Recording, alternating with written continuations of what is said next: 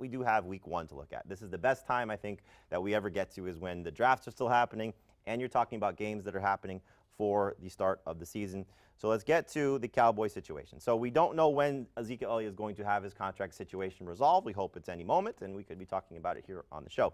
However, if he does not play in week 1, your comfort level with Tony Pollard is what as a starting fantasy option against the Giants? Oh, must start. I'm starting him, no question. Don't even have to think about it. I don't know. I'm not comfortable that he's going to get the Ezekiel Elliott workload. He's not a top 5 running back for me like Elliott would, but it's a fantastic matchup. I expect him to be top 12 in both formats. I don't have him quite that high, but I'm excited about him anyway. I think he's got a great chance to score. This Giants defense, they've got a lot of young talent in their front 7, and that Cowboys offensive line, they're going to be as strong as ever. I love Tony Pollard this week. I've got him as a top 16 running back. Oh, he's top 12 for me. I'm going to give you a couple names, and we can debate, we will debate it throughout the week. Sure. But Aaron Jones, who was a 3rd-round pick against the Bears, that's an easy one. Pollard. Devontae Freeman against the Vikings, this is an easy one for me. Damien Williams, it's an easy one for me to fade Damien Williams in his matchup against the Jaguars and start Tony Pollard. So if you did draft Tony Pollard and you're still waiting out this Ezekiel Elliott news, you hope that Zeke may not play in week number 1.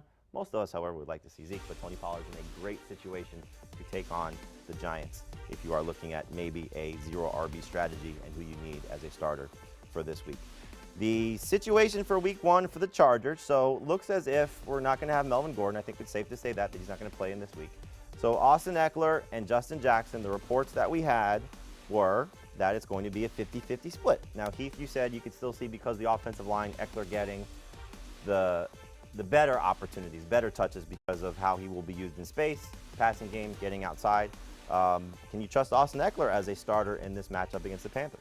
Yeah, it's not a great matchup for Ekeler in week 1, but I'm pretty close with him to where I am with Tony Pollard. I'm just absolutely... Why am I saying Panthers? Colts, excuse me. Yes, absolutely starting Austin Ekeler in all formats. I like him a little bit better in PPR than I do in 9, but he's a starter for me. Panthers get the Rams in week number 1, excuse me. So how do you feel about Justin Jackson as a potential starter? I think he's a good flex. I'd prefer him in non-PPR than full PPR. I think he could possibly score. And I'm curious to see how the touches break down, too, because we saw it last year. The Chargers were very consistent in giving that second back anywhere between 8 to 10 touches per game, and then the lead back gets the rest. Ekeler, for example, in 3 games without Melvin Gordon, had 17-plus touches every single time. I'm thinking he's going to end up right around that number, and Justin Jackson gets the rest.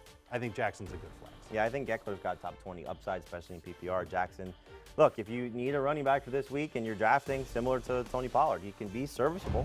Just hopefully that he does get the chance. And I think we can all expect that the Colts offense is dramatically different now without Andrew Luck there. So time of possession should be a little bit more in the Chargers' favor. So hopefully they do get some opportunities to lean on their ground game at the end of the game if they're killing the clock.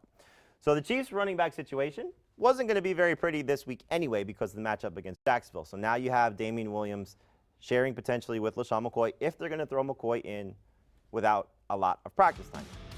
Now, again, familiarity with Andy Reid should speak to McCoy getting a chance to get some work. Williams should still get the majority of touches, and we'll see how Darwin Thompson factors in as well. So can you trust Damien Williams or LeSean McCoy as a starter in this tough matchup against Jackson? I think in PPR leagues, you can still trust Damien Williams. It's going to be as a low-end number 2 fantasy running back, someone who's outside of the top 20, but someone who could catch 5 or 6 passes, total 80 yards, give you a decent enough number to help your fantasy team stay afloat. I'm not ready to start LeSean McCoy. And in non-PPR leagues, I think Damien Williams' ceiling is probably close to that 80 total yards, and that might even be generous given how good that Jacksonville front is. It's a very strong, very fast front.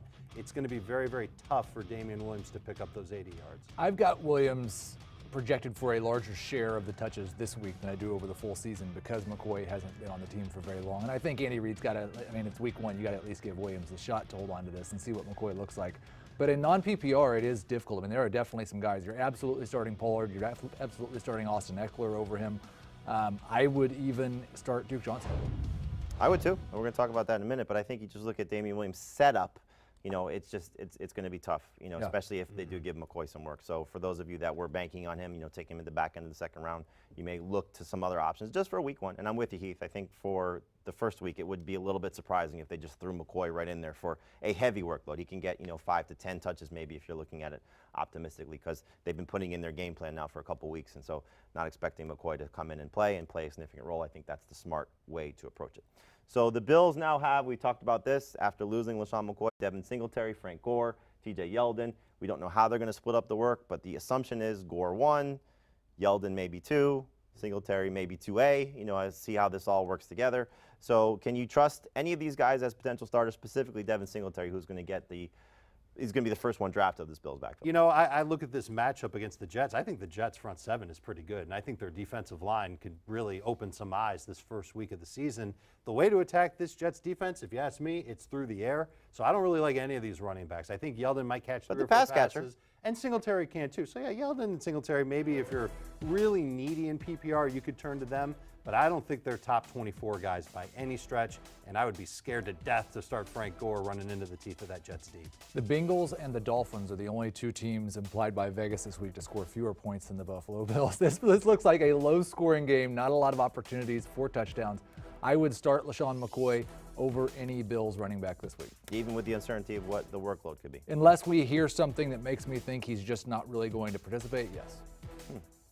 And I got uncertainty with what the workload's going to be in Buffalo. I think those guys is going to touch it. If you're looking at it, maybe Frank Gore. Maybe he's just a wild card for week 1, but the matchup is not exactly great. So yeah, maybe you do take the chance on LeSean McCoy. Let's go now to the Texans scenario here, adding Carlos Hyde late in the game after he was traded to the Texans by the Chiefs. And so Duke Johnson, I think a lot of people are looking at it as him as a starting option. Not an easy matchup for them either against New Orleans.